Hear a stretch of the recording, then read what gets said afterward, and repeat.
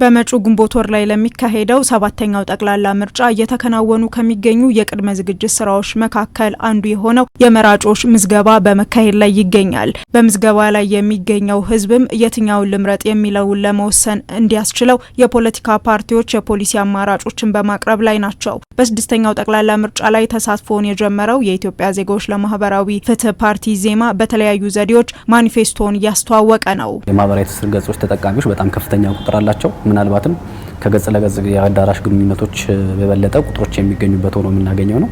ስለዚህ ሚናቁ አይደሉም ብለን እናምናለን። ከማህበራዊ ሚዲያ በተጨማሪ በሚዲያው ረገድ እነዚህ ሜንስትሪም ሚዲያ የሚባሉ አሉ።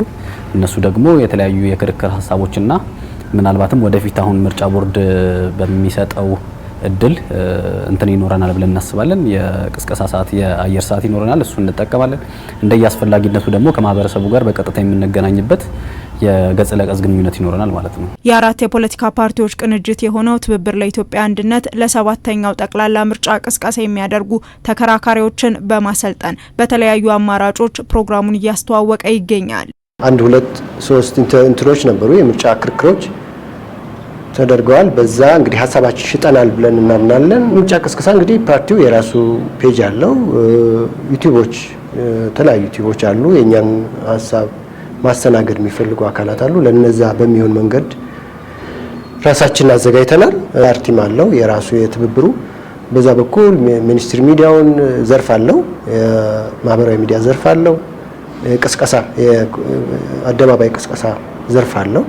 እነዚህ ኃይሎች ተቀናይተው ስራ እየሰሩ ነው ያለው። ዜጎች የሚመርጡትን ፓርቲ ለመወሰን የሚረዳቸው በአግባቡ የፓርቲዎችን የፖሊሲ አማራጮች ሲያውቁ ነው። የማህበራዊ ትስስር ገጾችን የሚጠቀመውና መገናኛ ብዙሃንን ለሚከታተለው ዜጋ ብቻ ሳይሆን ከቴክኖሎጂው ጋር እምብዛም ለማይተዋወቀው የገጠሪቱ የሀገሪቱ ክፍል ነዋሪ በተለይም ለአርሶ አደሩ የፖሊሲ አማራጮችን ለማቅረብ ምን እየሰራችሁ ነው ስንል ፓርቲዎችን ጠይቀናል። መዋቅራችን ተጠቅመን በየክልሉ ምርጫ ግብረ ኃይሎች አሉ። እንደ ትብብር በሁሉም ፓርቲዎች ተውጣጣ የተቀናጀ ግብረ ኃይል አለ። ይህ ግብረ ኃይል በራሱ እቅድ ወደ ታች ወደ ገበሬው ወደ ገጠር ከተሞች ይወርዳል። በዛ መንገድ ነው የተዘጋጀ ነው። ድሬዳዋ፣ ሐረር፣ ወደዚህ ወደ ደቡብ ዝግጅት እያደረግን ነው ያለነው። ኢዜማ በበኩሉ ምርጫ ክልልን መሰረት በማድረግ በሚወዳደርበት አካባቢ ቅስቀሳን ተደራሽ እንደሚያደርግ ነግሮናል። 547 የምርጫ ክልሎች ማለት እነዚህ ምርጫ የሚደረግባቸው አካባቢዎች ናቸው።